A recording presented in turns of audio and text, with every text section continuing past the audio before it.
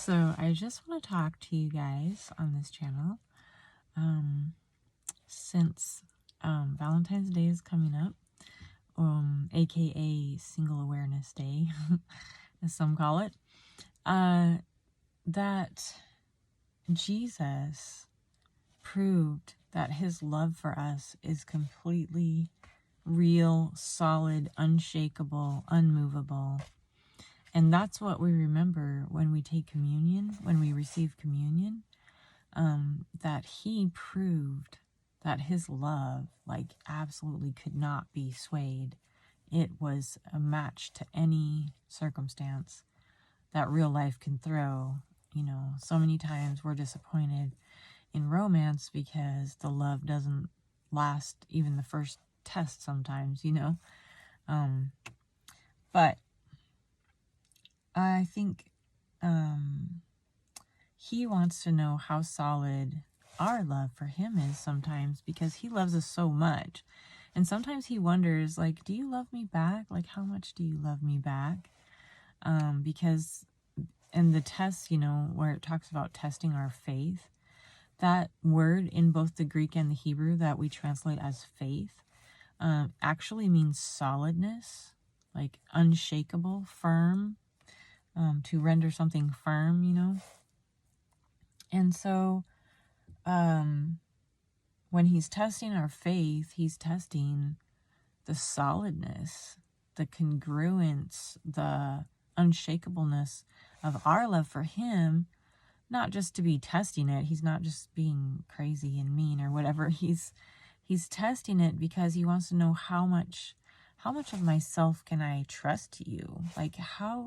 How much are you willing to share my heart and do the miracles that I want to do with me and do these great adventures that I would love to do in your life?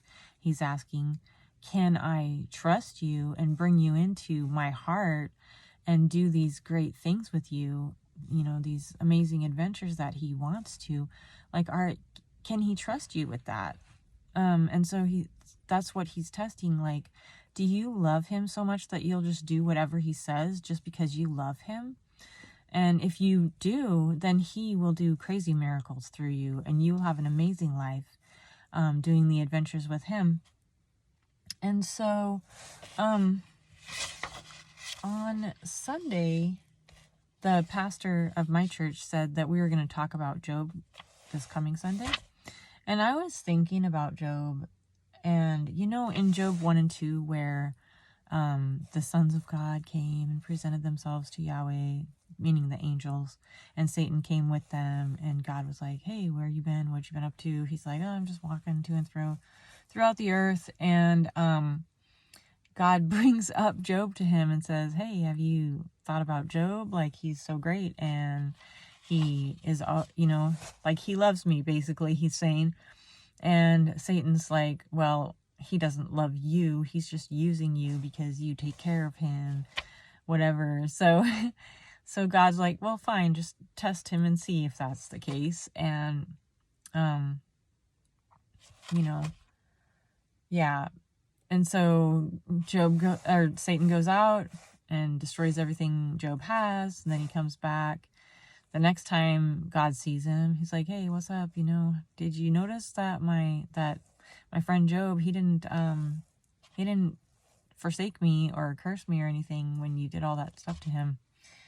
And Satan's like, well, a person will give everything he has for his own skin, his own health, and if you do something terrible to his health, then he will curse you to your face or whatever. So God's like, fine, we'll test that too, but don't kill him. So Satan goes out and gives him this awful disease, whatever it was.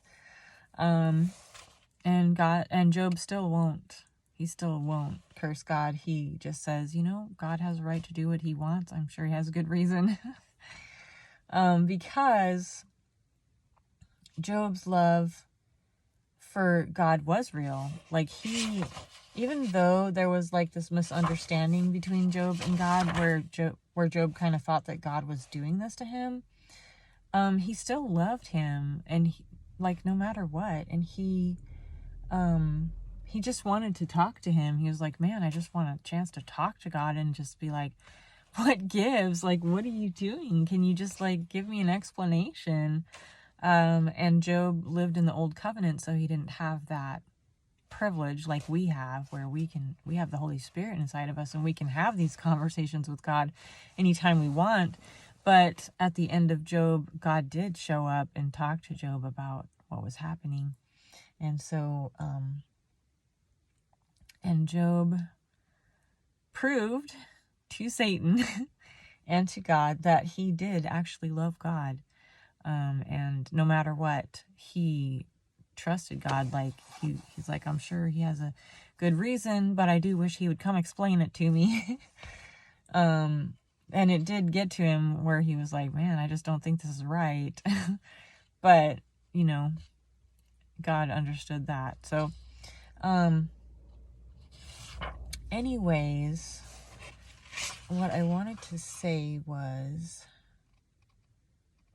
that, you know, I was asking God, like, why do you even talk to Satan? Like, what's in it for you? You know, like, what's in it for you? And why would you expose Job to his attention? And, you know, I feel like that there is this thing in God's heart where he just wants to know, like, do you love him? How much do you love him? How much of his life can he trust to you? How much of his life can he, like, do life with you? And I also noticed in Jeremiah 2, verse 2, it's really interesting when you look at it. I wish I would have brought my Bible with me, but I don't have it. That God was saying to Israel, he said, I remember the kindness of your youth, the love of when we were engaged, basically he's saying, and how you followed me into the wilderness out of Egypt. And that's what God was remembering. Like, he was remembering this kindness and this love and this receptiveness that Israel had for him when she first came out of Egypt. And it was kind of their honeymoon period. Like, that's what was in God's heart.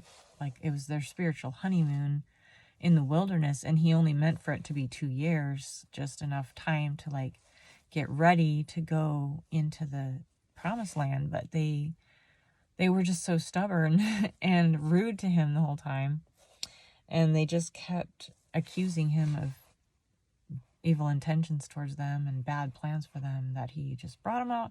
You just brought us out here to kill us, didn't you?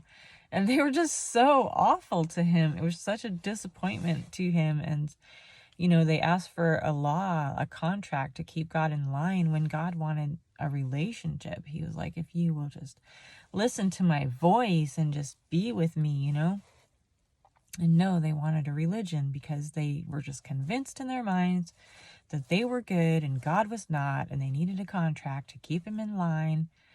They were, to me, when I read that in Jeremiah 2:2, I'm like, when were they kind to him? When did they love him? Like, you know, I mean, yeah, they followed him, complaining and being so mean to him the whole time. But because he was looking for that, because that's what he looks for. Like, he remembered those little moments, those few little moments when they came out of the Red Sea and God killed all their enemies, and they sang his praises and they were thankful and happy for like 5 minutes until the next thing came up, you know, and then they were accusing him again. But God remembered that because that's what he's looking for.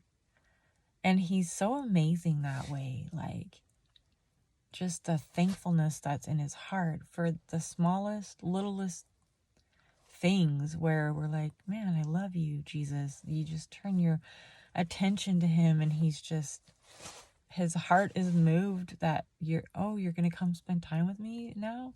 Like, I mean, he's always looking for that,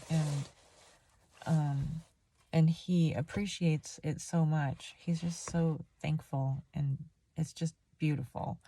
So I just want to encourage you today, like, just dwell on the love that he has for you, because when you see his love for you at the cross, at the scourging post, just that he would leave heaven and become a human and go through all of this, and just what he went through that night for you, saying, my love for you is so deep, so solid, so passionate. I would literally do anything for you. I would die for you. That's what he's saying to you. And just let that soak into your heart, because as you think about that, and as you understand his heart for you, then that love for him just naturally springs up, and then that blesses his heart so much. We'll never understand it fully, but I just wanted to encourage you guys with that. So I hope that this is helpful to you and a blessing, and I hope that it just makes you want to go hang out with him and be with him and bring joy to his heart like that. So have a good day.